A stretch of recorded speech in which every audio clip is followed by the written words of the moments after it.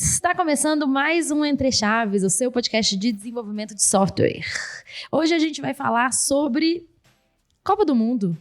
Nada melhor, né? Copa do Mundo tá começando. Tudo a ver com desenvolvimento de software. Tudo a ver com desenvolvimento de software. Brincadeira, a gente vai falar sobre algumas coisas, alguns algoritmos de previsão, de resultado e tudo mais para saber se o Brasil vai ganhar a Copa do Mundo, porque no final das contas esse é o objetivo. Mas para falar sobre isso, champanhe aqui comigo, como sempre. E aí, Fernandinha, esse é um assunto que muito me interessa, né? No caso, a Copa do Mundo. Porque você apostou, né? Seu dinheiro todo no bolão. É, né? Com base nos algoritmos feitos pelos nossos convidados aqui, né? Ah, entendi. O primeiro deles está aqui com a gente, é o Povo Pou. No caso, não. No caso, não. Mas a gente tem algumas pessoas aqui para nos falar sobre esse assunto. E aí, Francisco, como é que você tá? Tudo bem, Fernandinha. Eu já vim aqui algumas vezes, mas foi me apresentar de novo, né? Meu nome é Francisco Malaguti, atuo principalmente como cientista de dados aqui na DTI. E eu vou falar um pouquinho sobre, talvez, né, se isso não foi ilegal, então se for, eu nego, mas usar alguns algoritmos ali nos aplicativos de aposta e tal, se estava precisando de um dinheiro, a Copa do Mundo ajuda a gente, né? E também o Fontelo. E aí, Fontelo, beleza? E aí, pessoal, tudo bom? Primeira vez que eu participo aqui. Pois é, você nunca veio, né? No Entre Chaves, Olha aí. só nos agilistas. Então se apresentem para nós. Pois é, Vitor Pontello. Eu estou na área de dados aqui, assim como o Francisco Malaguti.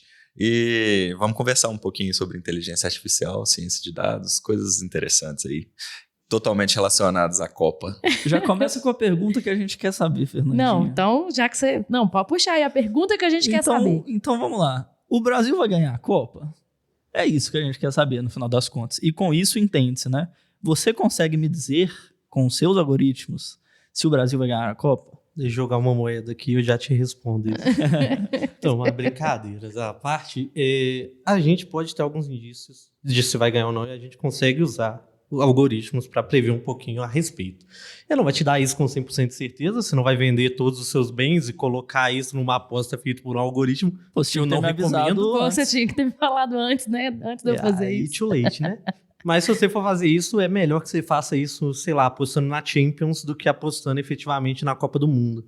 E o principal motivo para isso é dado mesmo. Você tem muito mais dado, por exemplo, relacionado à Champions do que à Copa do Mundo, que ocorre de 4 em 4 anos, com times diferentes, com pessoas que não convivem juntos, né? Então, toda vez que você vai fazer um algoritmo de machine learning desse tipo, você tem que se preocupar com o dado que você está usando e o quanto ele representa o seu estado, né? E pensar, a Copa, você está pegando jogadores que nem sempre trabalham juntos, é uma coisa que ocorre de tempos em tempos muito mais do que uma Champions, que um time é muito mais estável. Então, fica muito complicado, são muitas variáveis para prever, são muitas variáveis para ser levadas em consideração. Mas se você parar para analisar os times hoje, quem está jogando com quem e tudo mais, a gente tem bons indícios, sim, que a gente vai levar essa Copa, entendeu? Olha aí. Então, se a gente não levar, a culpa não foi da estatística. E a fonte não é confia. Ou será que é? Tem um ponto também que é interessante, até expandindo um pouco a ideia do Malaguti. Se fosse para prever o resultado de alguma coisa, eu não escolheria nem a Copa e nem a Champions. Eu escolheria, por exemplo, a NBA. Por quê? Se você pega dois times de futebol muito diferentes, você pode ter uma sorte ali, o time ruim fazer um gol e conseguir segurar o resultado até o final. Então tem um evento de pontuação no jogo inteiro, já garante a vitória para um time. Enquanto no basquete, por exemplo, você pode ter 50. Um time pode marcar 50 cestas ao longo do processo como um todo. Então é muito mais difícil você fazer 50 cestas por uma sorte ou algum evento que aconteceu ali, eu acertei na cagada, não pode falar, né? Pode, na cagada. Na sorte, do que no futebol, que eu posso chutar de qualquer jeito, a bola desviar e alguém entrar e eu ganho o jogo por causa disso. Então, isso é uma coisa estatisticamente também muito relevante, comparando esportes, no caso. É porque você tem muitos estados, né? Tipo assim, por mais que, novamente, não é que você não tenha isso em outros jogos, como o basquete, como o beisebol e tudo mais. Você vai ter isso também nesses outros esportes. Só que quando você olha pro futebol em si, esses estados como o chute, o passe, posse de bola, entrosamento e tudo mais que a gente acaba levando em consideração, né, quando a gente vai fazer esses algoritmos e tudo mais, acontece que algumas interações são muito significativas. Né? Igual o Pontello falou, você pode chutar a bola, sei lá, fazer 50 cestas no basquete, entendeu? Você muito provavelmente não vai ter 50 gols num jogo, entendeu? Até porque a gente já tomou um 7-1 e eu falo que 7 já é traumatizante o suficiente. Eu Não estava precisa lá. de 50, né? Não 7 precisa já é de muito mais 50, do que o suficiente. e tem um limite. Mas no final das contas, realmente, né? No basquete, o time precisa ser consistentemente bom, assim, né? Normalmente pra ganhar. Sim. Mas ao mesmo tempo, no basquete é muito mais difícil também se acertar um placar, imagino eu, né? Porque afinal, a variação também de placares é muito maior do que no futebol, Sim. né? É por isso que até esses aplicativos de aposta que eles estão surgindo, eles normalmente não trabalham com, sei lá, necessariamente quem vai ganhar a Copa do Mundo. Eles trabalham com essas pequenas coisas. Tipo assim, quantos laterais vai ter, quem vai mandar para lateral, escanteio, gol, chutes na trave. Então você pode apostar meio que em qualquer coisa, digamos ali, e eles vão fazendo isso com base bem estatístico, né? O objetivo deles é ganhar mesmo. Então eles só precisam trabalhar o algoritmo de forma que eles vão ganhar na maioria das vezes e é o suficiente. E a gente sabe que isso, que a gente consegue usar IA, que a gente consegue usar, né? Porque é um nome muito bonito para uma coisa que é estatística, no final das contas, porque já foi feito em outros esportes, né? Já foi feito no beisebol, por exemplo. A gente tem filmes, inclusive, sobre isso, sobre como o estatística mudou, como o pessoal trabalhava no beisebol e tudo mais. Como é que chama? Moneyball. Esse é o nome em inglês. Qual que é o nome em português? Aí sim. Não sei quem que mudou o jogo. Acho que é isso. O homem que mudou o jogo. Isso mesmo. Então, isso já é feito, né? Obviamente que quanto mais variáveis, né, nesses modelos multivariados que a gente vai ter, vai ficando mais complexo.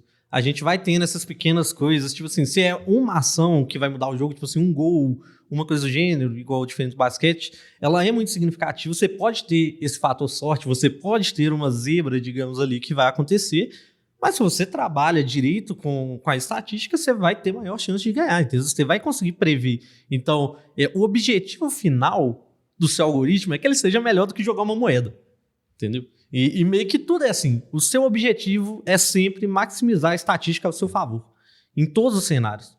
E é isso que você vai fazer. Você vai pegar essas informações, você vai trabalhar nelas. E, acima de tudo, a gente tem informações que são relevantes e informações que não são relevantes. Todo modelo de machine learning que você vai trabalhar vai ter esse problema. Modelo tem viés, dado tem viés. Pode ser qualquer coisa, entendeu? Tipo assim, a gente tem uma pessoa polêmica indo para a Copa, teoricamente, uma convocação polêmica, porque, dizem as más línguas, ela é amiga de outro jogador, entendeu? Então, tipo assim, existem outros fatores que você vai levar em consideração, mas, acima de tudo, você vai precisar filtrar isso. Eu, no meu mestrado mesmo, eu trabalho muito com essa questão que é causalidade.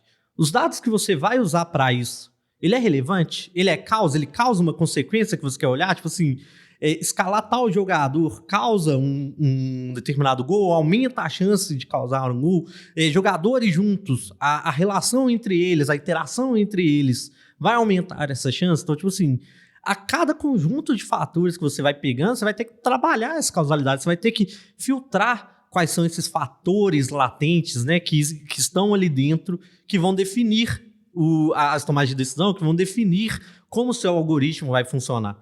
Não, deixa eu só entender um pouquinho melhor, né, disso que você está falando, assim, tipo, para leigos, assim, né? Quando você fala sobre essa causalidade, como que esses dados influenciam, basicamente, assim, é como se fosse assim, quantos jogos que fulano entrou e no segundo tempo e fez um gol, ou quantos jogos que fulano e ciclano estavam jogando juntos e o time teve uma performance boa. É mais ou menos isso que você está falando? Sim, só que você quer um exemplo? Quero, exatamente sim. Com isso.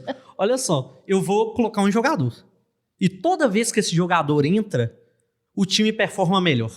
Você vai falar, pô, esse jogador é bom pra caralho. Pô, absurdo. Vou pegar meu cartola e vou colocar esse jogador. Só que aí você vai olhar e vai lá fazer a análise e você descobre que não é porque esse jogador é bom. É porque pra você colocar esse jogador, você tem que tirar outro. E, na verdade, o que gerou a melhor do time é que você tirou um jogador ruim. Não é que o cara é bom, entendeu? Então, assim, isso pode gerar um viés. Isso é um viés. Você acreditou que aquele jogador é bom. Ele entrar no time modificou o time. Só que o que causou isso não é porque aquele jogador é bom. É simplesmente porque, sei lá, você colocou um novo meio de campo, você tirou o meio de campo antigo, colocou um novo, e o meio de campo antigo não dá bem com o atacante, e ele tentava jogar sozinho porque ele não queria tocar para atacante. E você tem que tomar muito cuidado com essas hipóteses aí que você faz, né?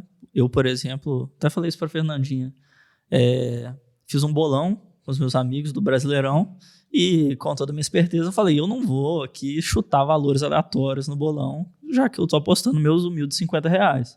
Então eu criei um robô para fazer esses chutes por mim. E eu fiquei em último, porque a premissa que eu usei não foi muito, muito interessante, mas assim... mas foi legal. Assim, na época o que eu usei era meio que a média de gols dos times nos últimos jogos, porque os times que faziam mais gols continuavam fazendo mais gols, e algo assim, entendeu? Então, basicamente, só para eu pegar esse exemplo seu com o que o Francisco estava falando, então, basicamente, você colocou uma premissa que provavelmente não era o que causava as vitórias dos times. Na verdade, eu até acertei bastante, mas, assim, aparentemente o chute era mais eficiente. O chute de uma pessoa que entende aleatória, que simplesmente 2-1. Tem a máxima, esse aqui, né? De 3-3. Não foi ruim, mas foi... Tem uma máxima que correlação não implica causalidade, né? Então, por exemplo, se você for pegar coisas totalmente totalmente separadas, vamos supor, o crescimento populacional no Japão e o desenvolvimento do valor da Bolsa de Valores do Brasil. Tipo assim, duas coisas totalmente nada a ver. Você vai ver que os dois crescem ao longo do tempo e você vai chegar num valor de correlação alto, apesar deles não terem absolutamente nenhuma relação causal entre os outros, um com o outro. Então, é bem nesse ponto que o Malaguti está falando. Muitas vezes, tem até uma linha de estudo que chama Explainable AI, que é uma inteligência artificial explicável. Muitas vezes, o resultado do modelo ele é muito menos interessante do que o que você consegue extrair de conhecimento dele. Então, muitas vezes, você não quer que ele realmente tenha uma previsão melhor possível. Você quer entender o que faz aquele modelo conseguir prever algo. Tem alguns modelos caixa preta que conseguem até prever melhor do que um modelo mais explicável, um algoritmo mais explicável. Mas você prefere o outro, que é mais explicável, para você entender aquele processo. Isso é muito comum na medicina, por exemplo, que você não consegue chegar e desenvolver um modelo qualquer, caixa preta, que dá um resultado e você acredita cegamente naquele resultado. Logicamente, você não vai fazer isso porque está colocando a vida de uma pessoa em risco. Você usa um outro algoritmo que você consegue entender melhor. Realmente, que acontece essa tomada de decisões e, consequentemente, filtrar algumas coisas que seriam vieses que a gente não quer, né? Que seriam problemáticos, você vai gerar um modelo mais robusto. O que seria esse modelo mais robusto, né? É modelos que eles são mais amplamente aplicáveis. Então, eu posso ter um modelo que ele é pior na Copa.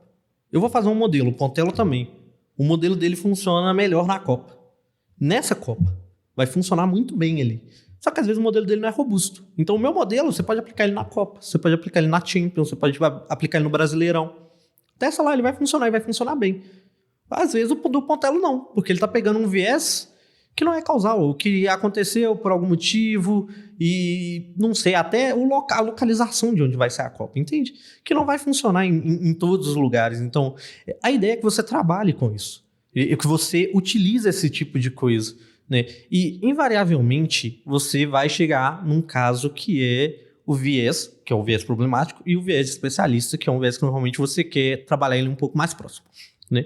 A gente tá falando da questão do Lucas que tava fazendo as apostas dos R$50 e tudo mais. Mas, cara, pensa bem, você tá fazendo uma aposta sobre jogos de futebol com pessoas que provavelmente gostam de futebol. Então, às vezes não é que o seu modelo é ruim. Às vezes o seu modelo só não tem tanto viés de especialista.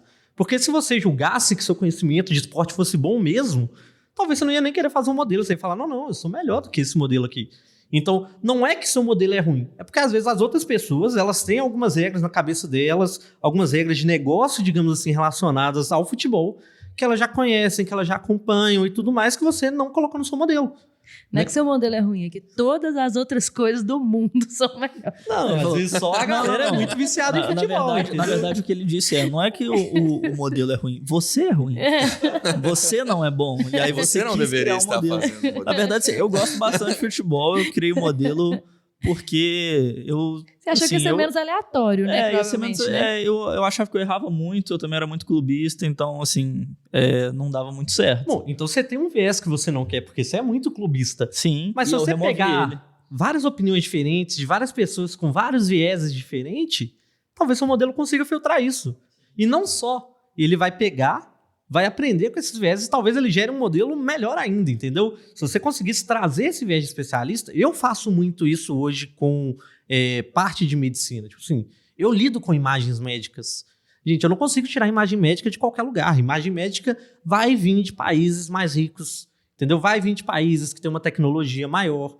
Então, eu não consigo pegar isso e aplicar em qualquer lugar, porque eu pegar imagens de uma população específica, tentar fazer um modelo médico de uma coisa séria e colocar isso, sei lá, em qualquer outro lugar, principalmente países mais pobres que não vão ter a mesma tecnologia, cara, isso pode dar muito problema. Isso pode dar muito problema. Então, eu tenho que trabalhar para que o meu modelo ele seja robusto, para que o que eu esteja usando faça sentido. Né? Então, por isso que eu tento trazer essa noção de especialista para poder utilizar. Então, se eu vou fazer um modelo para a Copa, eu vou puxar essa galera. Tipo assim, cara, você, jogador, você que trabalha com futebol, você que é narrador, cara, vem cá, me fala, o que normalmente você acha que leva, por que leva. Vamos ver aqui, então, o que levaria alguém a fazer isso. Vamos pegar a parte estatística, obviamente, a gente vai fazer uma análise toda de exploração para achar quais são essas variáveis.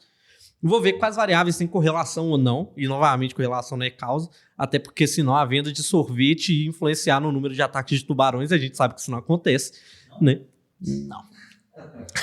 Mas então, você vai querer trazer isso e você vai querer mesclar esse conhecimento estatístico muito relevante com o viés de alguns especialistas para você já ter uma noção do que filtrar, como filtrar e trabalhar isso em cima. E normalmente esse é o resultado ideal. Na prática é assim que funciona. Se você vai construir uma aplicação de mercado, hoje um modelo de inteligência artificial, você se reúne, né, ou reúne com pessoas entendidas ali para construir critérios interessantes de serem levados em consideração no seu modelo, é isso? Sim, até porque dado, você consegue explorar dado a infinito. Só que, tipo assim, você não tem tempo infinito, sabe? A Copa vai acontecer. Você tem uma data muito específica que você tem que acabar seu modelo até lá. Você não pode ficar para sempre explorando dados. Então, você tem que escolher por onde começar. Você tem que escolher por onde filtrar. E, obviamente, os especialistas não vão saber tudo. Então, você vai usar os dados para validar ou negar o que eles estão falando, inclusive, né, para poder ter andamento. Mas você precisa disso. Num projeto de Data Science, tem 3 pilares principais, né? Tem o pilar da computação, que é você conseguir os algoritmos certos para as aplicações certas, conseguir tratar os dados, usar o poder da computação para processar os dados. Tem a parte estatística, que é você conseguir analisar os resultados, analisar a representatividade daqueles dados ali que você tem, e o conhecimento de negócio. Isso aí que o Malaguti está falando é principalmente esse terceiro pilar, que é o que você vai extrair de conhecimento que já existe sobre aquela área para conseguir aplicar usando o poder da computação e o conhecimento da estatística. Juntando isso aí tudo, Data Science.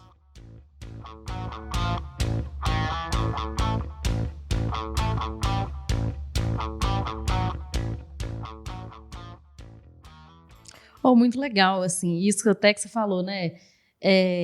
Que é possível também, inclusive, negar o que os especialistas entendem com dados. Assim, eu tô falando sobre isso só porque eu participei de um projeto há um tempo que aconteceu justamente isso, assim, que era um projeto de data science, mas que tinham especialistas, então, assim, né, acredito que teve esse viés do especialista, de pessoas que realmente eram super entendidas da área, que estavam ali, mas os dados falavam o contrário do que elas estavam falando. E aí? Tem 2 pontos. Tem o ponto que, beleza, o modelo pode estar errado. Na maioria das vezes, principalmente quando é início de projeto, alguma coisa assim, tende a ser esse o caso. O modelo está errado, né? Mas existe também a falácia do especialista, que é um viés que aí é um viés humano, né? Das pessoas têm esse viés de você ter uma facilidade muito grande para criar uma narrativa que explique algo, sendo que você não tem informação suficiente para explicar aquilo tudo que você está explicando. Então, você quer muito, né? Exemplo. É o wishful thinking, basicamente, né? Ou não? É basicamente assim, eu quero muito que isso seja verdade, então eu estou acreditando que isso é verdade. Às vezes é simplesmente algo que meu cérebro inventa ali e eu falo com palavras difíceis de especialista e todas as pessoas concordam. Um exemplo muito claro disso é, por exemplo, os especialistas na bolsa que vão falar se vai subir, se vai cair, qual ação comprar. Cara, o mais comum é esse pessoal errar. Ou então analista político, que vai falar sobre as interações entre os países no cenário de guerra, por exemplo. Cara, você não tem tanta informação assim para cravar algo específico. Vou fazer uma pergunta nesse sentido. Hoje em dia, né, igual a gente estava falando lá no início, que está bem em alta casas de apostas, bet, esportiva principalmente, e nunca a pessoa que vai apostar vai ter mais informações ou vai ter uma capacidade de prever melhor do que a própria empresa da bet, né? Então, assim, as odds que ela está construindo ali são respaldadas estatisticamente que aquilo vai ser favorável para ela, certo? Isso, exatamente. E para eles, quanto mais pessoas apostarem, quanto mais se apostar no escanteio, na lateral, no número de gols do visitante, do time da casa, quem vai ganhar, qual vai ser o resultado, para eles é melhor, eles ganham mais dinheiro assim. Então, apostem. Tudo é uma questão de como é que você vai dividir as odds. Então, tipo assim, eles só precisam saber quanto dá de cada lado e trabalhar com as odds para incentivar as pessoas. Porque você pode ter 1% de chance. Entendeu? E 99% de fé. Exatamente, porque se você for ganhar 1 milhão naquele 1%, gente, por muito menos que isso, a galera joga na loteria todo mês. Total, exatamente. Sabe? Então, Justamente. você consegue trabalhar as odds de forma de que você vai ganhar. E o viés do especialista, ele pode ser contra-intuitivo, ele pode ser problemático. Eu vou lembrar sempre, eu não lembro o caso certinho, mas basicamente comemoraram um cara que ele acertou não sei quantas vezes no mercado financeiro, que era tipo assim, nossa, ele foi o primeiro a fazer não sei o quê. Tipo assim, a galera chegou e falou, olha, tipo assim, muito legal, muito bom, mas estatisticamente, se um cara jogasse uma moeda, ele teria chegado nisso antes, sabe? Porque pode ser misleading, tipo assim, ele pode te mandar pro lado contrário, pode te mandar pra um buraco, porque você viu aquilo funcionar tantas vezes que você como especialista fala, pô, é isso, mas pode ser um caso contra-intuitivo, isso pode vir a ser contraproducente. Sabe? Então, você vai ter que trabalhar com isso. Essa questão de, tipo assim, pô, um especialista falou, meu modelo falou o contrário. É por isso que coisas, inclusive a LGPD tem ajudado nisso, modelos que são white box, que você consegue interpretar, são tão positivos. Porque são esses modelos explicativos, isso, né? Exatamente. Né? Uhum. Não é uma caixa preta, né? Tipo, você falou X, o modelo falou Y, é a sua palavra contada ao algoritmo. Tipo assim, isso não faz sentido. O motivo de você poder fazer isso de forma explicativa é, o especialista vai falar que é X, o modelo vai falar que é Y. Automaticamente vem a pergunta do porquê. Por que é X? Por que é Y? Por XPTO, por Y e Z. Beleza, vamos olhar para trás, vamos olhar coisas que são mecanismos de atenção nos modelos, né? Vamos ver o que o modelo olhou para tomar essa decisão, vamos ver o que o especialista olhou para tomar essa decisão. E aí a gente pode ver, pô, muito bom esse modelo, ele prevê muito bem, sei lá, se essa imagem, que é um caso clássico do Perceptron, prevê muito bom se esse cara aqui é um tanque de guerra ou não. Aí foi olhar, por que ele acerta sempre? É bem simples, todas as imagens de tanque de guerra tem fumaça. Ele é só ele olhar se tem fumaça ou não, ele acerta muito bem. Sabe? Ou então é escuro e coisa do gênero, muda a luminosidade, tem muita coisa que é desse tipo. Então, o especialista ou o modelo tá certo, né? Porque se você tem um especialista e tem um modelo, é porque normalmente você juntar o algoritmo com o ser humano é melhor do que só o algoritmo ou só o ser humano, né? E você tá buscando isso. Só que você tem que tomar decisões embasadas para isso. Não adianta ficar nessa guerra. E aí você pode ter um problema também, que é o famoso, o cara tem medo de perder o emprego pro algoritmo, né? Exatamente. E aí, assim, voltando um pouco pro futebol, o nosso convidado aqui que não pôde vir, né, o Povo Paul, a gente poderia Mas tenho certeza que ele tá ouvindo a gente. Abraço pro Povo Paul. Valeu, Povo Paul, tamo junto.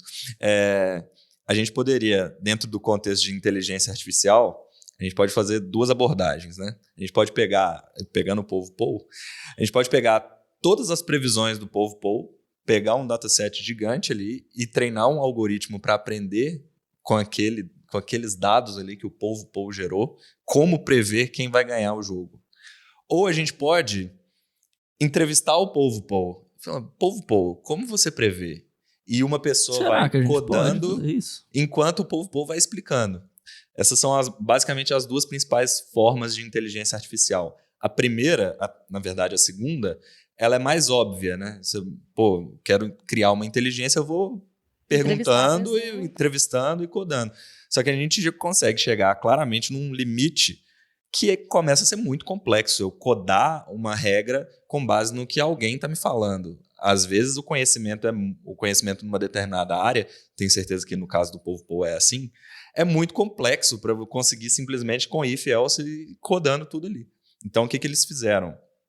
Criaram essa segunda abordagem. Beleza.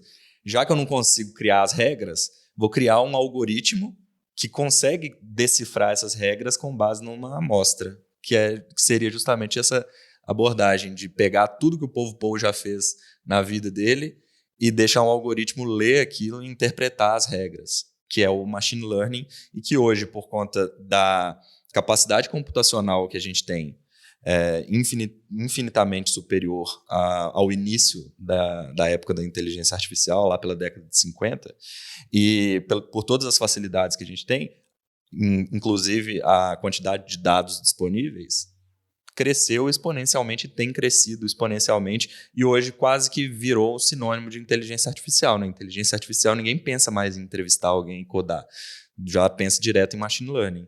Mas existe essa outra abordagem também. Povo, abraço. E quanto mais dados a gente vai tendo, quanto mais amostras, né, a gente foi tendo exatamente por causa dessa expansão da internet, de Big Data e tudo mais, e também por causa dessa melhora no hardware em si, a gente foi procurando outras abordagens de aprender isso. Tipo assim, esses fatores que estão lá dentro do código, né, porque o código ele é resultado de algo. Né, quando a gente fala dessas questões de causalidade ou estrutura causal, né, que é normalmente o que o povo procura quando vai pesquisar sobre isso, é exatamente, existe um fator que gerou aquele dado. Seu objetivo não é aprender o dado, é aprender aquele fator interno. Né? E para isso, por exemplo, que o povo usa muito Deep Learning. Porque se você tiver dado suficiente, processamento suficiente, você vai usar Deep Learning porque é sempre a segunda melhor maneira de você resolver alguma coisa. Se você não tem a primeira, que é a resposta perfeita, você vai acabar usando Deep Learning. Você tem dado pra caramba, você tem processamento pra caramba. Para que você vai se preocupar em qual regra se você pode deixar ela aprendendo as regras internamente? Obviamente que depois você vai pegar isso, levar para o especialista e aí a gente recai em toda aquela discussão que a gente teve.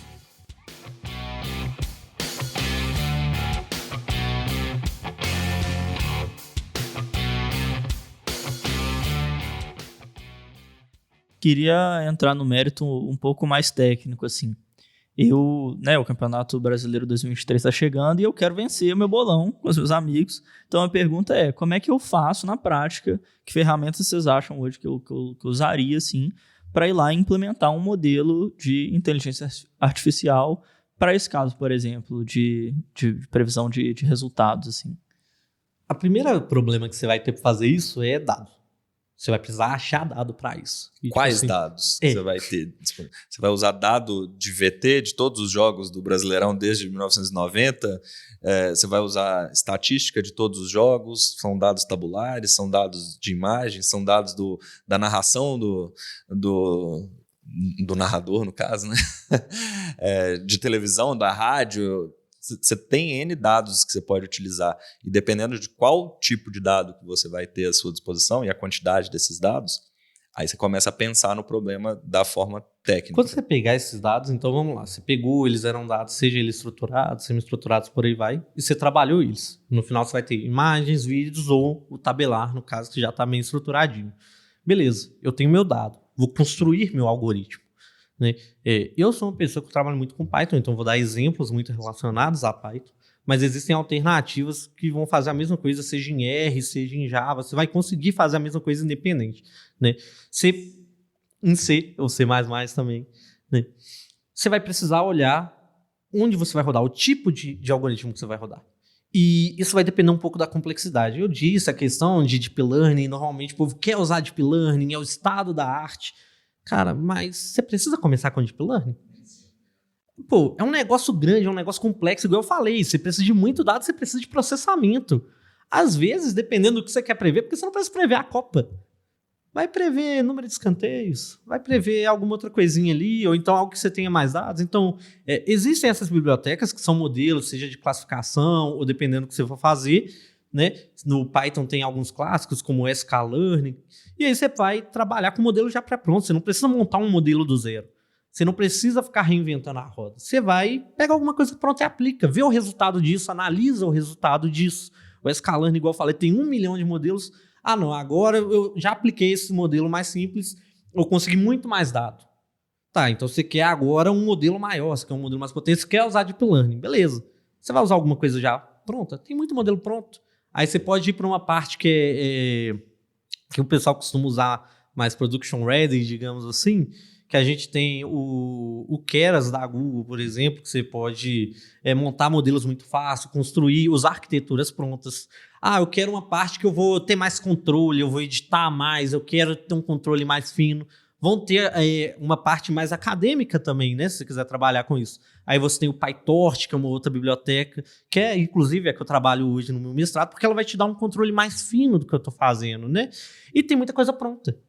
Novamente, ninguém precisa criar algo do zero. Você pode pegar algo e alterar, sabe? É muito expansível. É assim que a ciência funciona. E não é ciência de dados à toa, sabe? É a partir disso mesmo. E tem um detalhe também. Quando você começa... até falando um caso de fracasso meu aqui para exemplificar um pouco. Tinha um determinado problema com dados tabulares e tudo mais. Eu tinha acabado de estudar, estava estudando Deep Learning. Falei, pô, Deep Learning, estado da arte, top demais, bacana. Fiquei um tempão construindo a arquitetura de um modelo de Deep Learning. Ficou bonito, ficou bacana, usando as coisas todas que tinha lá. Demorava um tempão para treinar, eu achei massa, né? Pô, o computador tá aprendendo um monte aqui. No final das contas, eu cheguei num resultado pior do que a primeira POC que eles fizeram com Random Forest. E esse algoritmo de Machine Learning precisaria treinar anos para chegar perto do que o Random Forest fez com a configuração default. Então, não existe bala de prata. Então, a Deep Learning não é a resposta para tudo. Muitas vezes, dependendo dos seus dados, ele nem vai conseguir um resultado tão bom, igual foi no meu caso. E ele provavelmente vai ser um tiro de canhão numa formiguinha, dependendo do problema que você tiver. Então, pode criar um algoritmo mais simples, que você vai precisar de menos iterações para gerar valor com aquele algoritmo, e criando um modelo a partir dele. Faz uma regressão linear para começar, usa o próprio Random Forest, algoritmo com base em árvore, principalmente se os dados forem tabulares, eles conseguem ter um desempenho muito bom, com pouco trabalho, que no final das contas é o que a gente quer na prática, né? A gente quer gerar valor, a gente não quer ficar só estudando, pelo menos num ambiente produtivo, a gente não quer ficar só estudando os algoritmos e vendo o que dá para fazer. Então, assim, né, só para fazer a parte bem prática mesmo, nesse exemplo lá que o Champagne deu, quero ganhar o meu bolão de 2023 Campeonato Brasileiro. Basicamente, ele teria que pegar, então, os dados aí, né, encontrar esses dados, seja no vídeo, lá, igual a gente falou aqui, escolher um tipo de algoritmo e talvez escolher um modelo já pré-pronto aí e começar com isso. E depois, sei lá, ir fazendo alguns ajustes finos, se fosse o caso, mas assim, talvez pegar o pré-pronto ali para ele que, talvez assim, né, vou falar aqui, talvez não tenha tantos conhecimentos para ir ajustando no fino, não sei, desculpa, desculpa. Mas assim, eu, por exemplo, faria isso, né? Eu que não tenho, vou falar meu exemplo e tal, eu que não tenho tantos conhecimentos, ficaria ali no básico, né? Pegaria um modelo, então, pré-pronto e rodaria em cima desses dados e pronto. Pelo menos até você ter um resultado, né? Depois que você tiver um resultado, você evolui. Eu posso dar uma olhadinha ali, tá, posso melhorar isso aqui, uma coisa que eu fazia, que eu acho que você aplica nesse caso também, beleza, tem um modelo, aí você vai fazer os testes, né? Então, pega os campeonatos passados e simula, boa, né? Joga no seu modelo para ver se ele vai dar os resultados certos, quantos % ali que ele está acertando ou não. E aí vai fazendo um ajuste. Mas eu também prefiro pegar o modelo e confiar mais na estatística aí, porque senão o Cruzeiro vai ser campeão com 18 rodadas de antecedência. E aí não vai ser muito fiel. Isso que você falou parece muito simples. Parece bem simples, né? Mas eu tenho alguns problemas com isso, né? Então vai. Lógico, né? Não poderia ser. Senão todo mundo ia ganhar todos os bolões, né? E todo mundo que aplica... Esse é o primeiro ponto, né? Tipo assim, aumentar a chance de você ganhar não quer dizer que você vai ganhar. Se você tinha 1% de chance de ganhar, agora você tem 2%, não quer dizer que você vai ganhar. Sim. Né? Você ainda tem 98% de chance de perder. Mas o caso que você falou do bolão, eu tenho um objetivo claro. Eu quero acertar a minha resposta. Eu quero acertar o meu resultado. Ou então eu quero chegar o mais próximo possível de acertar meu resultado. É isso que eu quero fazer. Então, isso já me dá um bom indício de que isso é um problema de classificação, por exemplo. Eu quero classificar, ou eu quero prever um resultado, mas eu quero, no caso, olhar esse tipo de questão. Tipo, estatisticamente, qual a chance desse cara ficar em primeiro, segundo, terceiro, quarto, quinto. Você pode... A forma como você vai pegar esse seu problema e modelar ele, muda o tipo de algoritmo que você vai usar. Porque eu falei, eu tenho 10 times, eles vão ficar, sei lá, entre primeiro e décimo. Eu quero que você coloque cada um na sua determinada posição. Você quer ranquear agora, você não quer classificar. Agora eu quero falar se você vai ganhar ou não vai ganhar. É uma classificação binária, é ganhar e perder. Ou então, às vezes, não é nem isso, porque a gente tem casa de aposta. E existem tipos de pessoas diferentes. Tem gente que quer só ganhar. Eu quero apostar e ganhar numa casa de aposta. Né? Mas apostas diferentes dão valor diferente. Se você apostar no mais seguro 1, não é certeza que você vai ganhar. Né? E a gente já lidou com esse fato aqui de que já as coisas são feitas, né, para casa de apostas ganhar. Mas você tem um perfil. Até que investe na bolsa tem um perfil. Tem gente que gosta de algumas coisas que são mais riscas. Tem gente que são mais arriscadas, né? Algumas coisas que são mais certas. E o que vai acontecer? Você pode modelar isso de outra forma. Eu quero que esse modelo me recomende no que apostar, dado o meu perfil. Eu tenho meu perfil de apostas e eu quero que ele me recomende o que eu vou pegar. Não porque aquele tem mais chance de ganhar, mas porque aquele é provavelmente melhor para mim, porque eu tô disposto a perder um pouco mais de dinheiro para ganhar mais, ou coisa do gênero. Eu não quero essa maior chance. Isso já muda totalmente o meu problema, muda o tipo de algoritmo que eu vou usar. Já entra no inception de inteligência artificial, né? Em que por isso que as casas de aposta estão tão em alta e estão ganhando tanto dinheiro, né? Além delas terem ali estatisticamente uma garantia de que elas vão lucrar em cima das apostas, elas também vão recomendar apostas para as pessoas e fazer com que elas apostem mais e percam mais dinheiro, né? Exatamente. Porque no final a casa sempre ganha, né? A gente já sabe essa história. Ou então você pode simplesmente pegar numa determinada quantidade de apostas, vamos supor, aí eu como pessoa que quero ganhar dinheiro fazendo apostas, eu posso selecionar com base no meu algoritmo, criar um algoritmo que me dê a probabilidade de um resultado acontecer. Dado o meu nível de risco que eu aceito tomar, eu só vou apostar nos jogos que a probabilidade estiver, sei lá, acima de 85%.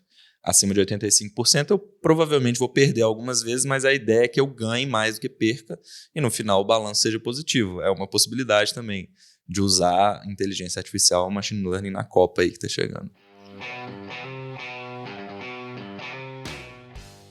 Falando ainda mais nisso, né? Se é alguma casa de aposta que processar, eu não estou falando isso, entendeu? Eu nego, mas existe a possibilidade de algumas pessoas nessas casas de aposta, o que acontece? Você pode apostar e até tal tempo de um jogo de futebol, por exemplo, você pode tirar sua aposta deixando lá um certo valor, ou você pode manter a aposta.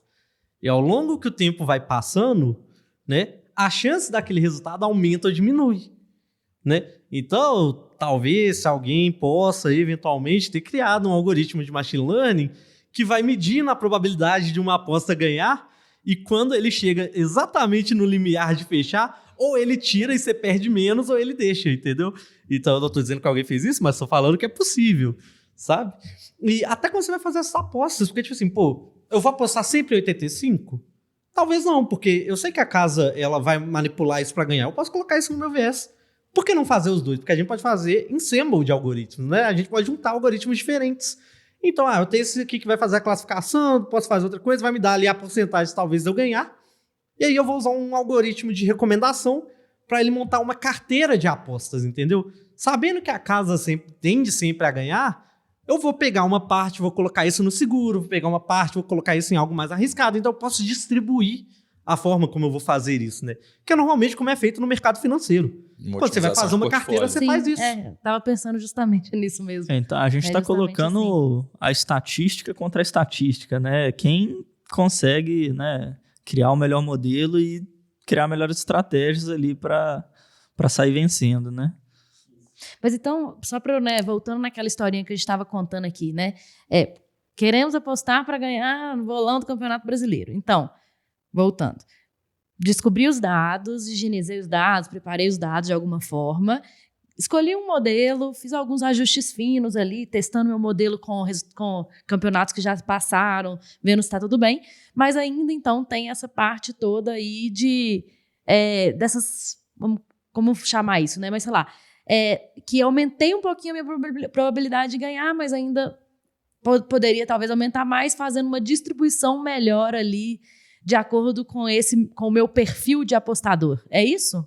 Assim, deixando mais, né, de uma forma bem simples de se entender. Dependendo de como for o seu bolão, se você fizer bolões suficientes com pessoas diferentes, você vai sempre ganhar apostando em todos os times. Isso, seria isso. Fazendo isso na prática seria isso, né? Eu tenho um meu modelo e aí eu vou postar em vários bolões e pronto. Com meus vários perfis e aí... É o famoso, você bota quem acertar o campeão, vice e terceiro ganha, você participa de vários bolões diferentes e no final das contas a chance de você ter pelo menos seu dinheiro de volta é alta. A única ruim, né, é que nesses bolões assim, você não pode, né, simplesmente tirar a sua aposta, né? Igual você fez, igual novamente, eu não estou dizendo possível que fazer. Alguém fez isso, entendeu? Estou falando que é possível. Mas dependendo no bolão... da casa de aposta esportiva... mas no bolão que eu tô pensando é no bolão do papelzinho ali, né? Que você escreveu assim, você e o seu amigo assim. Brasil bolão da primeiro. família? Bolão da família. Aí a família fica brava. Essa daí fica meio brava de você tirar, né? Mas numa casa de aposta talvez você consiga. Mas pelo menos você tem mais chance de ganhar, né? Eu acho que todo esse objetivo é usar a estatística a seu favor. Você tinha X chance de ganhar, se você tem X mais 1, já tá valendo a pena. Entendeu? No final das contas, essa é uma abordagem, mas não precisa disso tudo para começar alguma coisa. Você pode simplesmente ter um modelo que tenta prever a probabilidade de um resultado de uma partida. Beleza, se esse modelo funcionar bem, se estiver apostando e ganhando dinheiro, aí você investe mais, você faz outro modelo para fazer um ensemble e junta o resultado dos dois, vê se o seu resultado está melhorando, porque ele pode piorar também quando você aumenta a complexidade, e aí você vai gradativamente melhorando. E é assim que funciona na prática. Falando de modelos mais simples, então aquele meu modelinho de pegar a média de gols do time nos últimos jogos e assumir que essa vai ser a quantidade de gols que ele vai fazer no próximo. Já era um modelo de inteligência artificial. Já dá para começar. Já era uma inteligência artificial. Ele só tinha pouco insumo. Só não era tão inteligente assim, mas já estava aprendendo. Talvez se você tivesse testado ele com alguns jogos anteriores, que você já sabia o resultado, talvez você poderia ver, né, fazer alguns ajustes, ou criar uma nova premissa e fazer igual a Pantela acabou de falar, né? Juntar as duas premissas num mesmo modelo. Assim, parece que você começou, Champagne, com um bom inicinho aí. Eu fiquei bem empolgado e eu vou fazer uma V2 desse robô e usando Random Forest, provavelmente. Eu acho que o problema principal é conseguir os dados, né? Pelo que eu pesquisei na época, as fontes de dados, assim, é meio chato, às vezes tem que pagar e tal. Mas vou tentar fazer essa versão 2 do robô e trago os resultados para vocês no ano que vem. Ansiosos. Bom, galera, a conversa foi muito boa. Assim, a gente ouviu muitas coisas, como fazer um modelo, né, desses preditivos de apostas. Descobrimos que talvez seria melhor apostar na NBA do que no Campeonato Brasileiro, que o Champagne insiste em apostar, ou na Copa. Né? Vale relembrar o fato, né, de que o Ponce tinha falado até nos inícios do projeto, antes de que você valide uma ideia, que por mais que a gente tenha falado muito sobre como a gente usa AI e tudo mais, né, para melhorar, acertar mais, elas ainda erram. Então, novamente, antes de você vender todos os seus bens e apostar isso numa rede neural, lembre-se que só porque uma coisa funcionou antes não quer dizer que ela vai continuar funcionando e não quer dizer que ela está necessariamente certa, até porque você não sabe o quão robusta ela é. Isso é muito difícil. Exatamente. Rendimentos passados não garantem rentabilidade futura, já dizia as pessoas da Bolsa. Exatamente. Dicas de ouro aí no final. E é isso aí, galera. Até a próxima. Valeu, pessoal. Tchau, valeu. Valeu, pessoal. Obrigado.